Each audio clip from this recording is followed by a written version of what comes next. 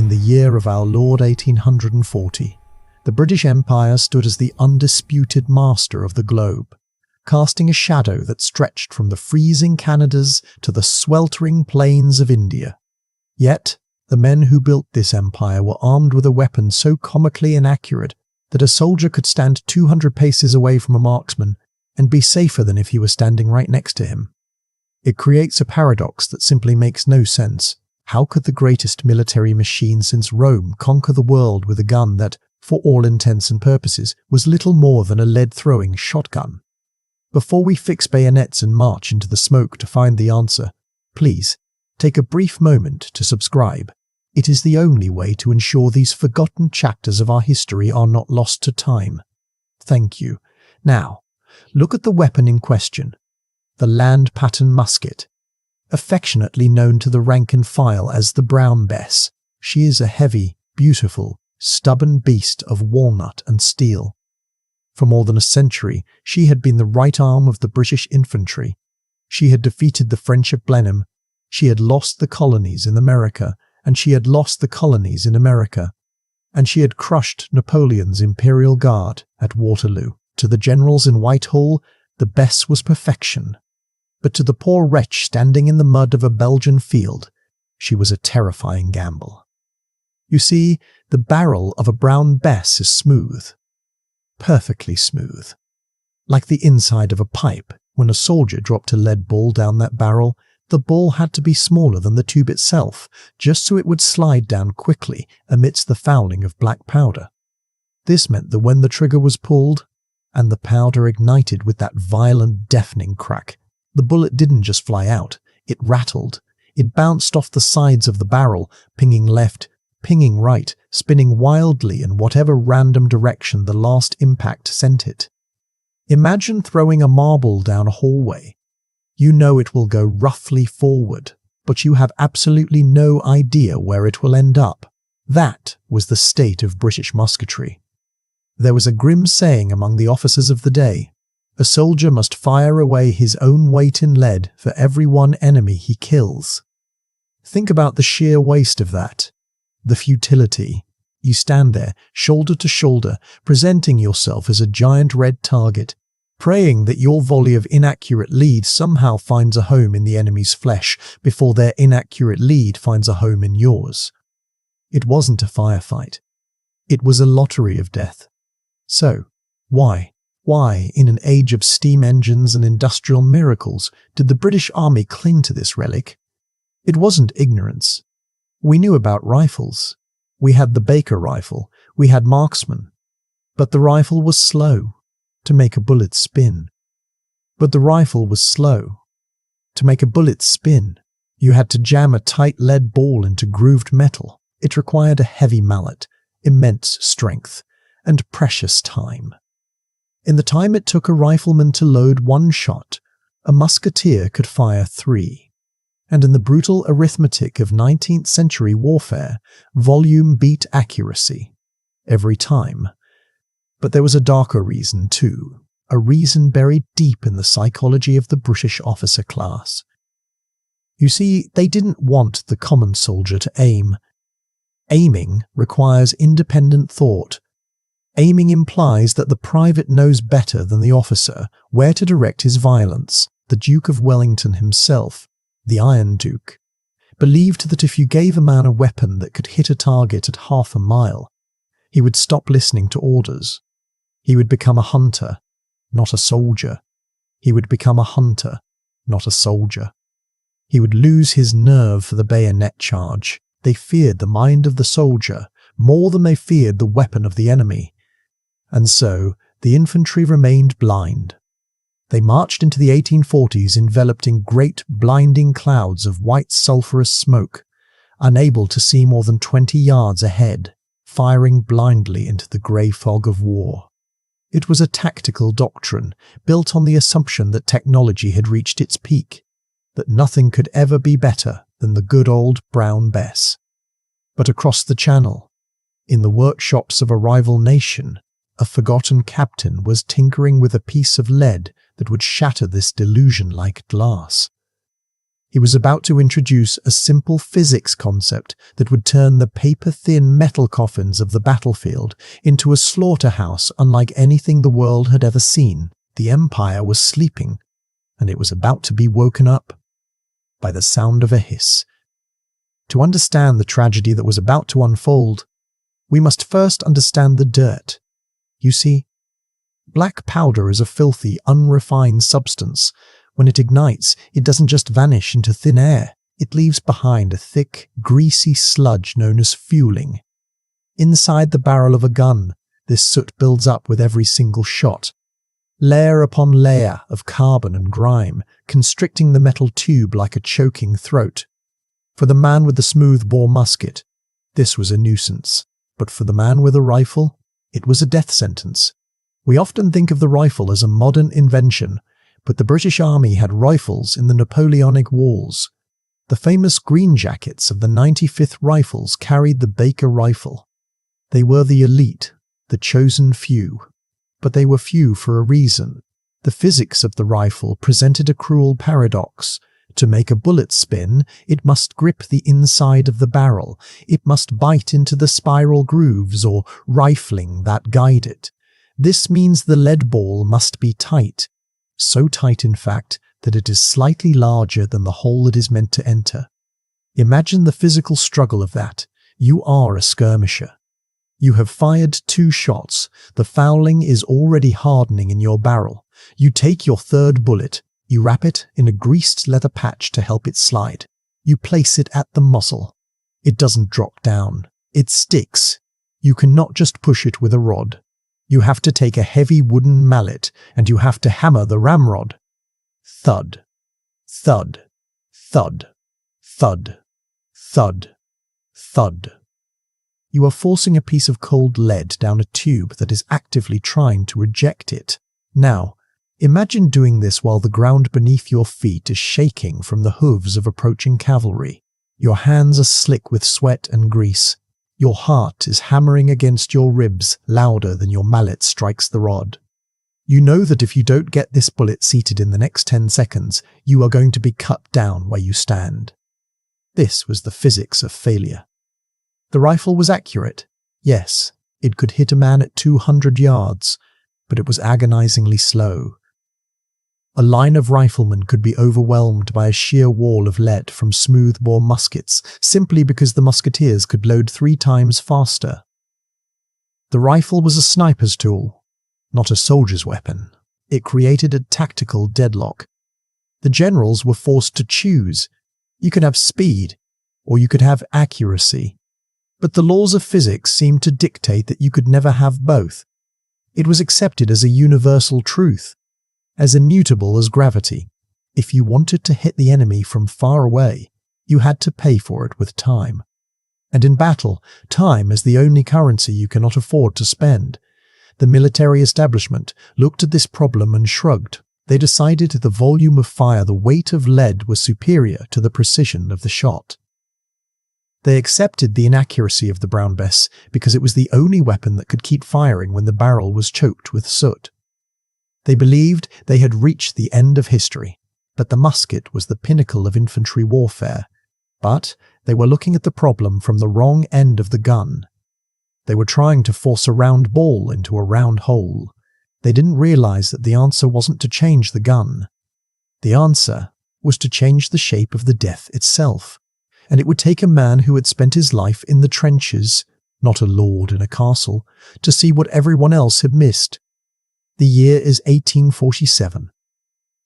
The setting is not a polished office in Whitehall, but the dust and heat of North Africa. The French army is engaged in a brutal colonial war in Algeria, and among their ranks is a man who doesn't fit the mold of the dashing, aristocratic officer. His name is Captain Minié. He is a captain, yes, but he is a soldier's captain. Yes, but he is a soldier's captain. He had risen from the ranks. A man who knew what it felt like to have a bruised shoulder and a blackened face. He knew the frustration of the rifle. He knew the fear of the jam. He wasn't interested in the romance of war. He was interested in the mechanics of it. Minié was obsessed with the stuck ball problem. He looked at the clumsy mallet. the straining ramrod, the wasted seconds that cost men their lives. And he asked a question that seems obvious only in hindsight. What if the bullet could change its shape? It sounds like alchemy. A piece of solid lead that transforms in the blink of an eye. But Minié wasn't a magician. He was an engineer of death. His solution was elegantly, terrifyingly, simple. He stopped making the bullet round. Instead, he cast it as a cone. A small aerodynamic cylinder with a pointed tip. But the genius wasn't in the tip. It was in the base. If you were to turn a Minié ball over, you would see a hollow cavity. A small conical hole drilled into the bottom of the lead. And inside that hole, Minié placed a small iron cup. This was the key to the slaughter of the next 50 years. Here is the brilliance of it. The bullet was cast smaller than the rifle barrel. Remember the poor skirmisher hammering his ramrod? That nightmare was over. The Minié ball was loose. You could drop it down the barrel with 2 fingers. It slid down as easily as a musket ball. It was fast as the brown bess. But when the trigger was pulled, the magic happened. The gunpowder explodes. The expanding gas slams into the back of the bullet with the force of a sledgehammer. It pushes that little iron cup forward with the force of a sledgehammer, driving it deep into the soft lead of the bullet's skirt. The lead has nowhere to go but out. In a fraction of a second, the base of the bullet expands. It flares out like a flower opening. It bites into the rifling grooves of the barrel. It grips the metal tight, and as it travels down the barrel, it begins to spin. It solved the impossible paradox. It went in loose, but came out tight. It gave the common soldier the speed of a musket, with the deadly precision of a sniper's rifle, and the world heard the difference. For centuries, the battlefield had sounded like a chaotic rattle. The round musket balls tumbled through the air with a low, whooshing whir. They were clumsy sounds for clumsy weapons. But the Minié ball? It didn't whir. It hissed. It cut through the air with a high-pitched, angry buzz, like a hornet tearing through paper. Veterans who heard it for the first time described it as a sound that made the hair on the back of their necks stand up.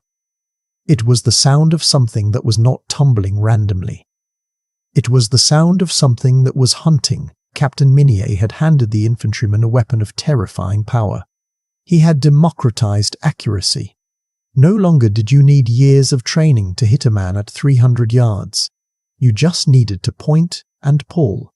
But inventions do not win wars on their own. They must be adopted. And back in England, the old guard was watching. And they did not like what they saw. They saw this new bullet not as a savior, but as a threat to the very fabric of military discipline. The captain had built the future. Now he had to get it past the Duke. You might assume that upon seeing a bullet that could triple the effective range of the infantry, the British High Command would have fallen over themselves to adopt it. You might think they would have cleared the factories and retooled the machinery overnight, but you would be forgetting who was sitting at the head of the table. Field Marshal Arthur Wellesley, the Duke of Wellington, the man who crushed Napoleon, the living deity of the British Empire. By the early 1850s, he was an old man, deaf, stiff, and utterly immovable.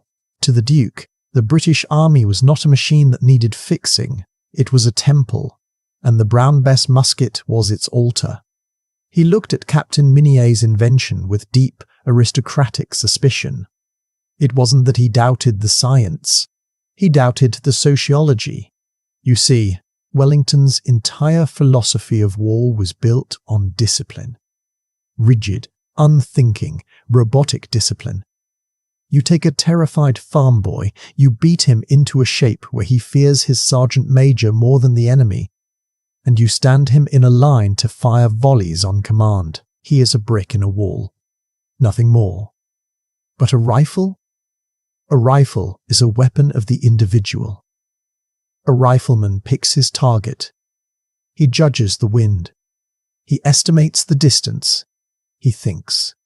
And to the Iron Duke, a thinking soldier was a dangerous thing. He feared that if you gave the rank and file the ability to kill from long range, they would lose the stomach for the bayonet. They would hang back in the safety of the distance, popping off shots like poachers, instead of closing with the enemy like proper British infantry. It was a clash between the old guard and the young Turks. The reformers argued that war was changing. They pointed to the physics. The Duke pointed to Waterloo. It worked then, he seemed to say. So why break it now? It is a terrifying lesson in how innovation is often strangled, not by a lack of engineering, but by an excess of ego. For years, the argument raged in the hushed corridors of the Horse Guards. The Minié system languished in trials. Reports were filed. Reports were ignored. It seemed the British Army would march into the next war armed with the same smoothbore antiques that their grandfathers had carried. But then, in 1852, the Iron Duke died. The dam broke. The obstacle was gone. His successor, Lord Hardinge, was a man who loved the new science of ballistics. He immediately ordered the adoption of the Minié principle. But the British, being British, decided they could improve upon the French design. They didn't just take the bullet, they built a new gun to wrap around it, the pattern 1853 Enfield rifle musket. It was a masterpiece of Victorian industrial design, slimmer than the old Bess, lighter, beautifully balanced. It had a barrel length of 39 inches and 3 sharp grooves of rifling spiraling down its throat. It was no longer a clumsy club. It was a precision instrument. When a soldier held the Enfield, he wasn't holding a blunderbuss. He was holding a weapon that could kill a man at 1,000 yards. To put that in perspective, that is over half a mile. You could kill a man before he could even see you clearly enough to know you were there. The factories at Enfield began to hum. The old smooth bores were gathered up and melted down or sold off. Crates of the new rifles began to arrive at the barracks. And the farm boys of the British Isles, the ploughmen, the weavers, the street sweepers, were handed this technological marvel. They held in their hands the power of a god. But the generals had forgotten one crucial thing. You cannot just hand a man a scientific instrument and expect him to use it like a club.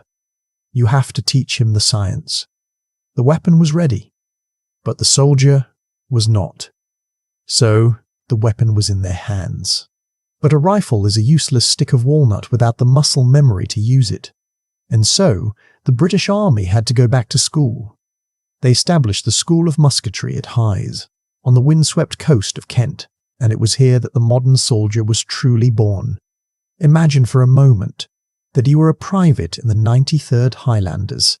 You have spent years learning to march in a straight line, to look straight ahead, to be a cog in the machine. Now, you are handed this sleek, rifled Enfield, and you are told to forget everything you know about musketry.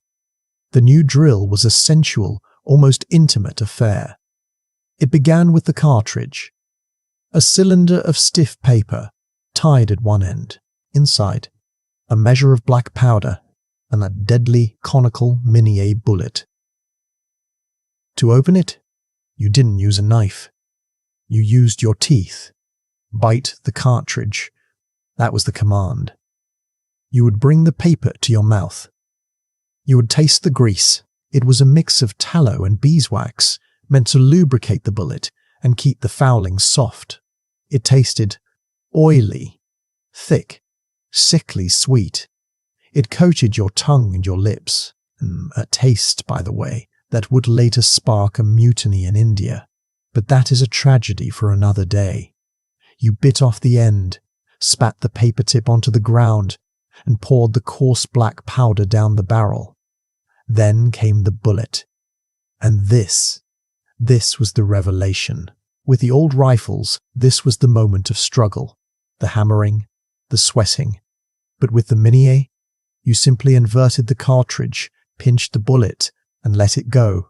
Slid, it dropped down the barrel with a pleasing metallic whisper. No resistance. No mallet. No mallet. You drew your ramrod clink, and with a single smooth motion, you seated the ball against the powder. Thump. It was fluid. It was fast. A well-trained man could do this 3 times a minute, maybe 4, if the fear of death was on him. But the real revolution happened when they stepped onto the firing line. At Hive, the targets were set up at distances that seemed absurd. With the Brown Bess, you fired at 100 yards, maybe 150. Beyond that, you were just making noise. But here, the instructors pointed to white wooden soldiers standing 600 yards away, 800 yards away, 900 yards. To the naked eye, a man at 900 yards is a speck, a smudge on the horizon. It felt impossible. It felt like you were trying to shoot the moon, but then you flipped up the rear sight. A delicate little ladder of steel, marked with tiny numbers. You adjusted the slider. You did the mental math. You accounted for the wind. You pressed the stock into your shoulder, took a breath, and squeezed. Crack hiss. 3 seconds later, thwack. The sound of lead hitting wood. A hole appeared in the target, nearly half a mile away. The feeling in the ranks was electric. It was a dopamine rush of pure power. Suddenly, the private realized he wasn't just a wall of meat meant to absorb cavalry charges. He was a predator. He could reach out and touch the enemy long before the enemy could even think about hurting him. It changed the psychology of the army. Confidence soared. They felt untouchable. They felt like gods of the battlefield. They looked at their officers with a new kind of respect, and the officers looked at them with a new kind of fear. But there is a dangerous trap in training. Targets do not move. Targets do not scream. And targets do not shoot back. The men at Hive were mastering the science of ballistics in the clean, fresh air of the English coast. They were perfecting the art of the long-range kill. But they had no idea, absolutely no idea, what would happen when this mathematical perfection collided with the chaotic, smoky, bloody reality of a real war. They were about to find out, because the ships were already loading in the harbours. The destination was a peninsula in the Black Sea called Crimean. And the Russians were waiting. The date is September the 20th, 1854. The place is a gentle, sloping valley in the Crimean Peninsula, cut through by a lazy river called the Alma. It is a hot, sticky autumn day. The air is thick with the buzzing of flies and the smell of crushed wild thyme under the boots of 50,000 men. But there is another smell too, the sour metallic reek of cholera. The British Army is not a healthy beast. They are sick, they are thirsty, and they are marching toward a ridge that looks for all the world like a fortress built by nature herself. Looking down from those heights are the Russians. Prince Menshikov, the Russian commander, is relaxed. In fact, he is so confident that he has invited the ladies of Sevastopol to come out with their picnics and watch the battle as if it were a spectator sport. He looks down at the thin red lines of the British infantry wading through the river below, and he sneers. He sees them not as a threat, but as a relic. He knows the math of war. He knows that to kill his men, the British must climb that hill. They must march into the teeth of his cannon. They must get within 100 yards, the killing zone, before their muskets can do any real damage. By then, his massive grey-coated columns will have crushed them. He believes in the bayonet. He believes in the sheer weight of numbers. He believes he is fighting the same war his grandfather fought against Napoleon. He is wrong. He is about to become the first victim of a new era. The British troops splashing through the Alma River are not carrying the Brown Bess. They are gripping the 1853 Enfields, and as they shake the water from their uniforms and dress their lines at the base of the hill, they are not thinking about the bayonet. They are thinking about those white wooden targets at Hythe. The order comes down the line. It is not a scream of rage. It is a calm, calculated instruction. Fix sights for 800 yards. 800 yards. 800 yards. Up on the heights, the Russian infantry are waiting. They are armed with smooth-bore muskets, old, inaccurate, heavy. They are watching the red dots far below, waiting for them to come closer. Not yet, they think. Too far. They think too far. They are relaxed. They are safe. And then the air begins to hiss. It starts as a low hum, like a swarm of angry bees disturbed from a hive. It's nursed. It grows louder, louder, lewder, until it becomes a deafening, tearing shriek. The Minié balls are arriving. To the Russians, it makes absolutely no sense. There is no smoke near them. The enemy is half a mile away, mere specks in the valley. And yet, men in the Russian front ranks are suddenly jerking backwards, their chests caved in, their heads snapping back in the spray of red mist. The first volley hits the Russian columns like a physical blow. You have to understand the density of a Napoleonic column. Men packed shoulder to shoulder, 10, 20 ranks deep. It is a formation designed to intimidate. But against the Minié Ball, it is a suicide pact. The conical bullet doesn't just hit the first man and stop. It is heavy. It is spinning with immense kinetic energy. It punches through the chest of the first soldier, exits his back, smashes into the stomach of the man behind him, and shatters the leg of the man behind him. One bullet, 3 casualties. Panic begins to ripple through the grey masses on the hill. They look around wildly. Where is the fire coming from? They raise their own muskets, desperate to fight back. They pull their triggers. Bang. They pull their triggers. Bang. Great clouds of white smoke erupt from the Russian lines, but their balls fall harmlessly into the grass, hundreds of yards short of the British. They are fighting a ghost. The British line begins to advance up the hill. They stop. They kneel. They fire. They move. They move again. It is methodical. It is mechanical. It is terrifying. We often speak of the fog of war, but at the Alma, the tragedy was the clarity. The British soldiers could see the effect of their fire. They watched as the Russian officers, mounted on horseback, were picked off one by one like tin ducks at a fairground. The officers were the priority targets. Kill the brain and the body dies. One British soldier later wrote that the sound of the bullets striking the Russian columns was like the sound of rain on a window pane. A wet, rhythmic thwack, thwack, thwack. It wasn't rain. It was lead hitting meat. The Russian discipline, legendary for its stoicism, begins to fracture. How do you fight an enemy you cannot touch? How do you stand and die when you cannot return the blow? The harvest of death had begun. The grass of the Alma heights, once green and lush, is turning a slick, muddy red. Prince Menshikov watches in horror from his command post. His impregnable position is dissolving. His massive columns, usually an unstoppable sledgehammer, are being whittled away by invisible knives. He sees entire companies melting away before they can even affix their bayonets. The psychological impact is more devastating than the physical one. Soldiers can handle death. They expect it.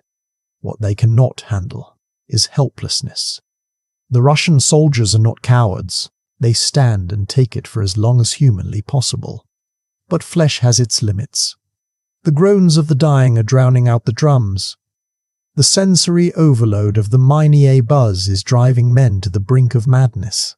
It is a sound that signals a technology gap so wide it might as well be magic. Finally, the grey wall cracks. It starts with a few men turning back, then a squad, then a battalion. The retreat turns into a rout. The picnic ladies gather their skirts and flee in terror, leaving their parasols and champagne glasses behind in the dust. The British storm the heights. They crest the ridge, their lungs burning, their faces blackened with powder. They look out over the carnage they have wrought. The ground is carpeted with grey coats. It looks, as one observer noted, like a flock of sheep resting in a field. But the sheep are dead. The Battle of the Alma was technically a victory. The heights were taken. The road to Sevastopol was open. But as the adrenaline faded and the soldiers looked down at the twisted bodies of the Russians, a cold realization settled over the army. This wasn't a battle, it was an execution. The romance of the charge, the glory of the close-quarters duel, it was gone, replaced by a cold, distant industrial slaughter. The Minié Ball had turned the battlefield into a vast, impersonal killing floor. And amidst the cheers of victory, the surgeons were already rolling up their sleeves, because while the rifle had won the day, it had also created a new kind of wound, a wound that medical science was completely unprepared to treat. The British had inflicted this horror on the Russians, but soon the Russians would learn. And the surgeon's nightmare was about to begin for everyone. The guns fall silent. The smoke begins to drift away on the evening breeze, and the generals sit down to write their dispatches of glory. But for the men in the white aprons, the war has only just begun. If the Battle of the Alma was the debut of the Minié Ball's range, the field hospitals were the debut of its cruelty. To understand the horror that awaited the British surgeons, you have to understand the ballistics of the past. For 100 years, surgeons had treated wounds from round musket balls. A round ball is a relatively polite killer. It travels slowly. If it hits a bone, it might crack it. It might even bounce off. It behaves like a punch. It breaks the structure, but it leaves the pieces relatively intact. The surgeon could set the bone. He could splint it. And the man might walk again. But the Minié Ball was a monster. It didn't punch. It drilled. Because of its weight and its terrifying spin, the Minié Ball didn't just hit the bone, it exploded it. It struck with such kinetic energy that it pulverized the femur or the humerus into a bag of gravel. Surgeons called it a comminuted fracture, a fancy Latin phrase for a leg that has been turned into a sack of splinters. Imagine the scene inside the hospital tent. It is dim. It smells of stale blood, unwashed bodies, and the sickly sweet scent of chloroform. A soldier is carried in. He is pale. Shock has set in. On the outside, the wound might look small. A neat, round hole with the mold. A neat, round hole where the bullet entered. But the surgeon knows better. He probes the wound with his finger, no gloves, of course, not in 1854. And he feels the catastrophe inside. The exit wound is a gaping tear, the size of a saucer, where the expanding lead and the shattered bone fragments blew out the back of the limb. The bone itself is gone, replaced by what one surgeon described as a chaotic slash of marrow and jagged shards. There is no setting this. There is no splint in the world that can put this jigsaw puzzle back together. The surgeon looks at the soldier. He looks at the leg. And he reaches for the soldier. He looks at the leg, and he reaches for the saw.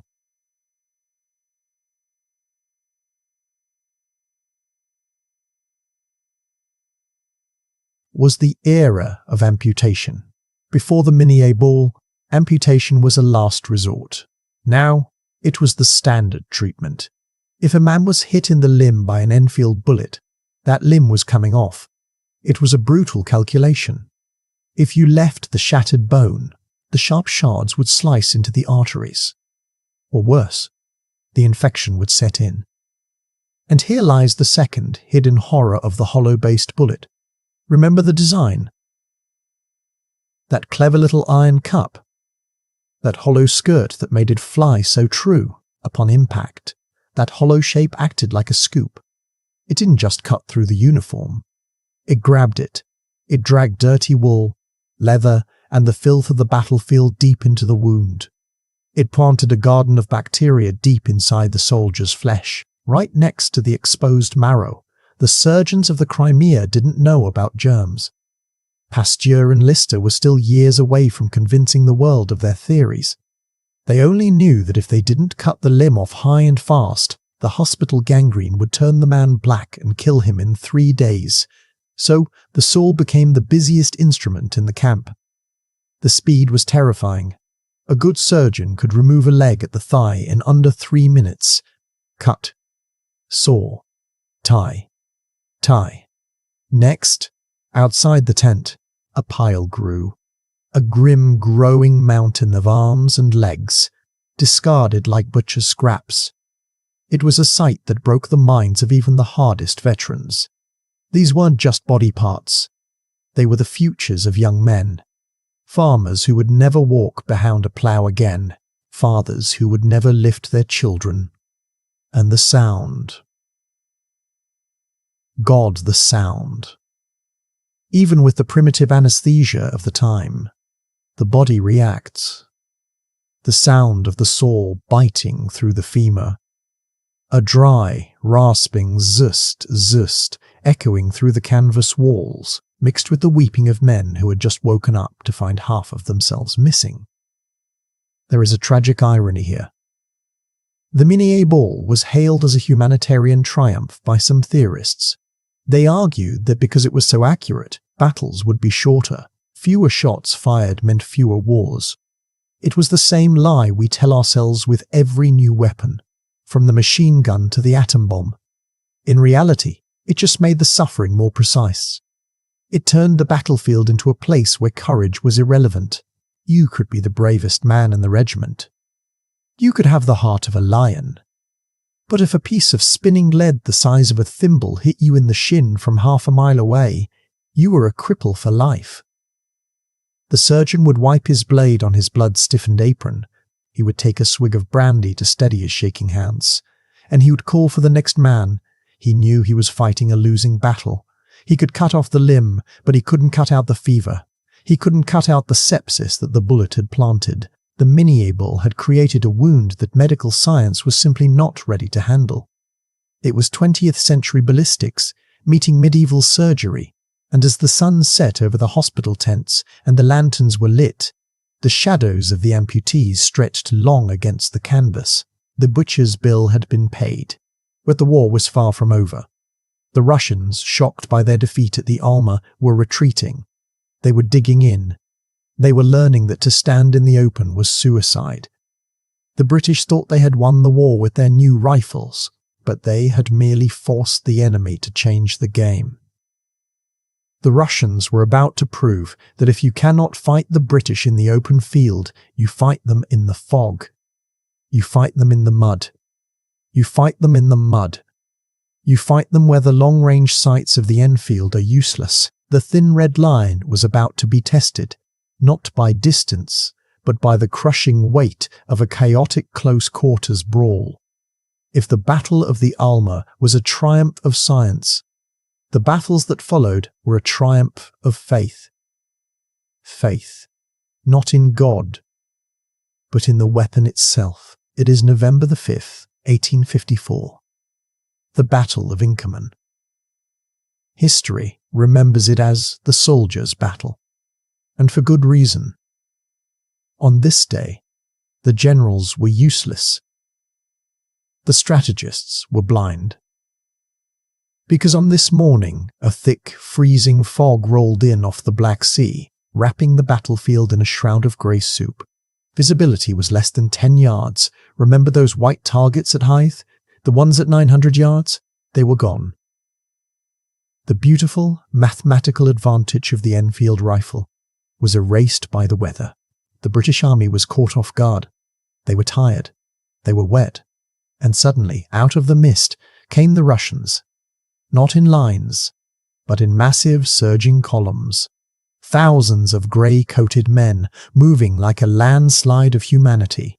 They screamed as they ran, a terrifying, guttural roar intended to paralyze the defenders with fear. In any other era, against any other weapon, the British line would have snapped. Physics dictates it. A thin line of men, standing too deep, simply cannot stop a column. of 2,000 men charging downhill. It is mass versus resistance. The column hits the line like a hammer hitting a pane of glass. But Sir Colin Campbell, the commander of the Highland Brigade, had already proven a few days earlier at Balaclava that the rules of physics had changed. He had looked at his men, the famous 93rd Highlanders, and he had given an order that defied centuries of military logic. There is no retreat from here, men. You must die where you stand. And he formed them. Too deep. Usually, you form a square to resist a charge. You create a fortress of bayonets. But Campbell trusted the rifle. He knew that if he thinned his line out, he could bring every single gun to bear. At Inkerman, in the fog, this theory was put to the ultimate test. Small groups of British soldiers found themselves isolated, cut off from their officers, facing overwhelming odds. A sergeant and 20 men against a Russian battalion of 500. By all rights, they should have thrown down their arms. But they didn't. They just started loading. This is where the Minié Ball revealed its true power. It wasn't just about distance. It was about penetration.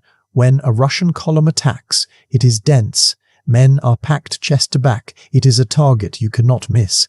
The British soldiers levelled their Enfields into the grey fog and fired. Crack, hiss, thud. At close range, the velocity of the Minié Ball is horrific. It didn't stop at the first man. It tore through the front rank, tumbled through the second, and buried itself in the third. A single volley from 20 rifles didn't just kill 20 men. It dropped 60. The front of the Russian column didn't just stall. It evaporated. Imagine being a Russian soldier in the 5th rank. You are charging forward, screaming for the Tsar.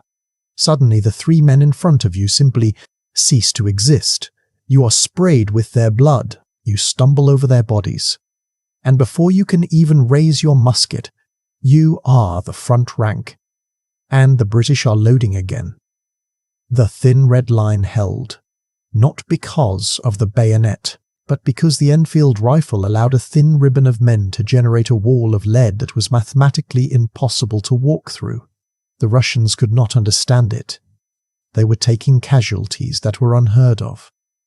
Their officers were screaming at them to push forward, to use their weight, to crush the British, but the men at the front were melting away faster than the men at the back could push them. It was a slaughterhouse in the mist. The dopamine hit for the British soldier was profound. For the first time in history, the private soldier realized that he was the master of the battlefield. He didn't need a general to tell him where to stand. He didn't need a mass of comrades to keep him safe. He just needed his rifle and a clear shot. The psychological impact on the Russians was total. They broke. The massive columns, the pride of the Tsar's army, dissolved into a panicked mob.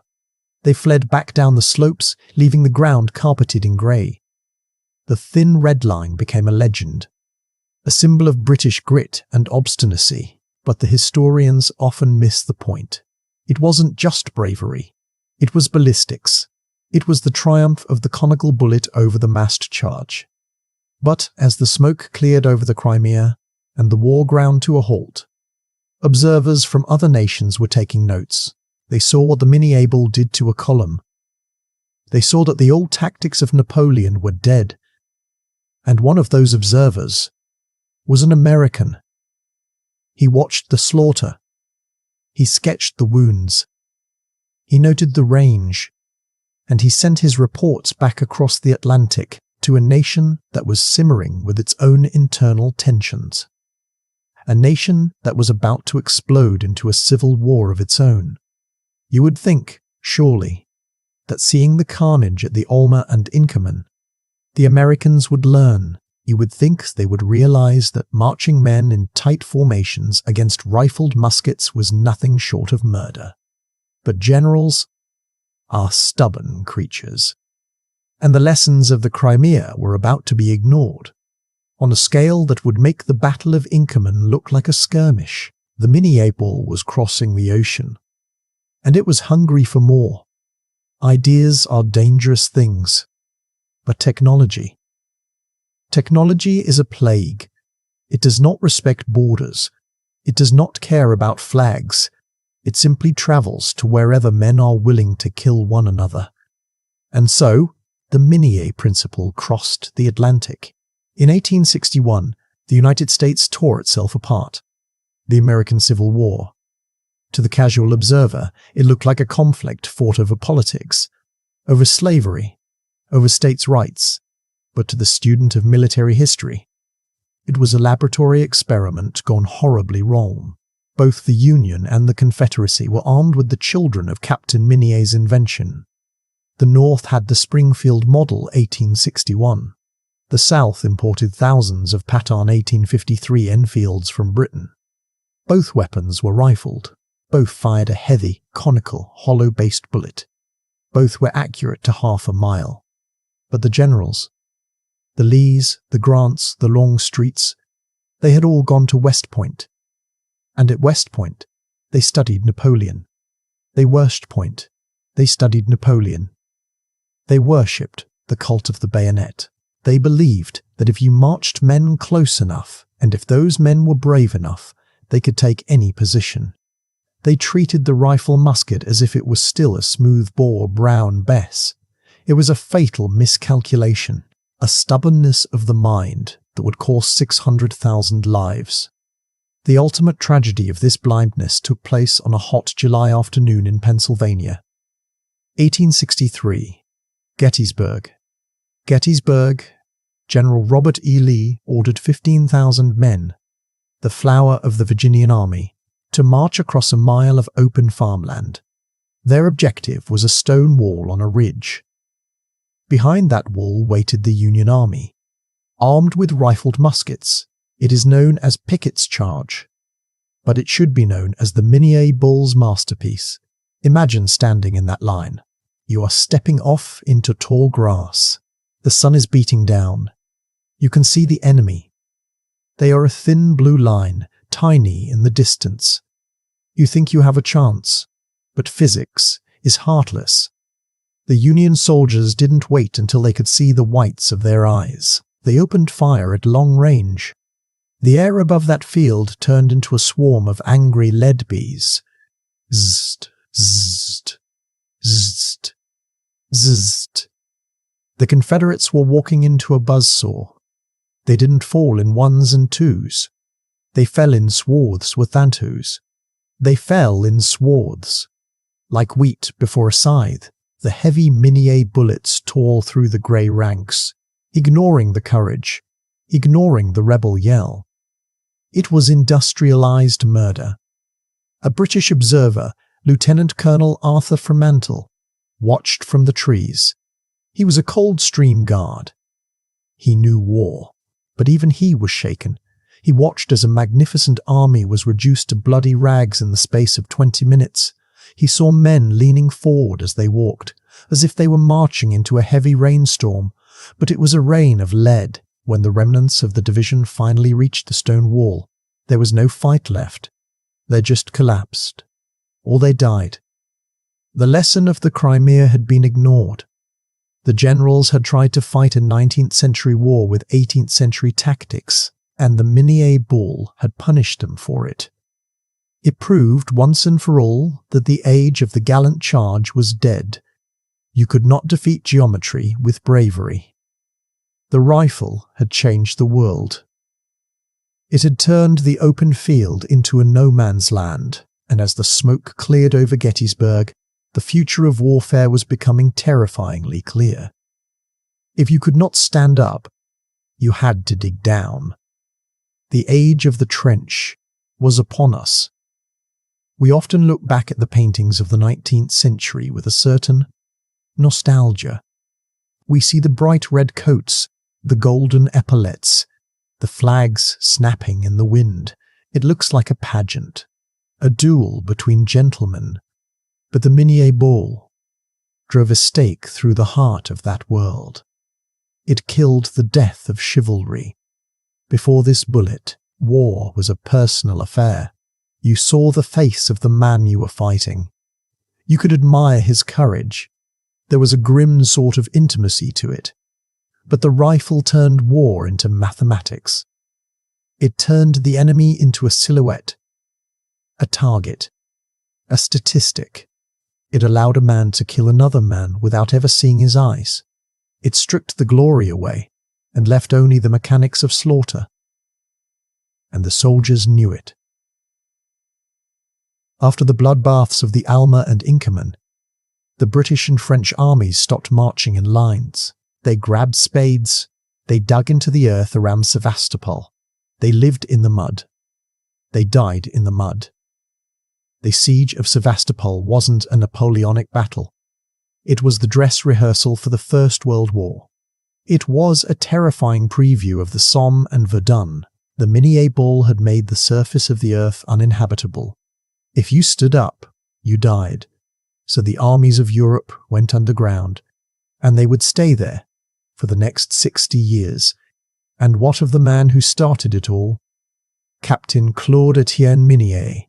You might think he died a wealthy man, a hero of France. But history is rarely that kind. He retired from the army. He went to work for a firearms company in Egypt for a time. He died in 1879, largely forgotten by the public. He never received a fortune for his invention. The British government gave him a small payment, a token of gratitude for the weapon that had saved their army in the Crimea. He was not a monster. He was just an engineer who saw a problem and fixed it. He wanted to make the rifle easier to load. He didn't set out to destroy the concept of heroism. But that is the tragedy of innovation. Once you open the box, you cannot put the demons back inside. Today, if you visit a military museum, you might walk past a glass case. Inside, resting on a piece of velvet, you will see it. It looks insignificant. A small grey lump of oxidized lead. It is smaller than the end of your thumb. It doesn't look like a weapon of mass destruction. It looks like a fishing weight. But stare at it for a moment. Really look at it. That little piece of metal broke the spine of the Russian Empire. It saved the British Army from annihilation. It bled the American South dry. And it forced humanity to rewrite the rules of survival. It is a monument to our brilliance and a tombstone for our innocence. The Minié Ball proved that in the face of technology, tradition is nothing. Bravery is nothing. The only thing that matters is who has the better idea. Thank you for watching. If you believe, as we do, that we must remember these lessons lest we repeat them, please subscribe to the channel. History is a circle, and the wheel is always turning. Until next time.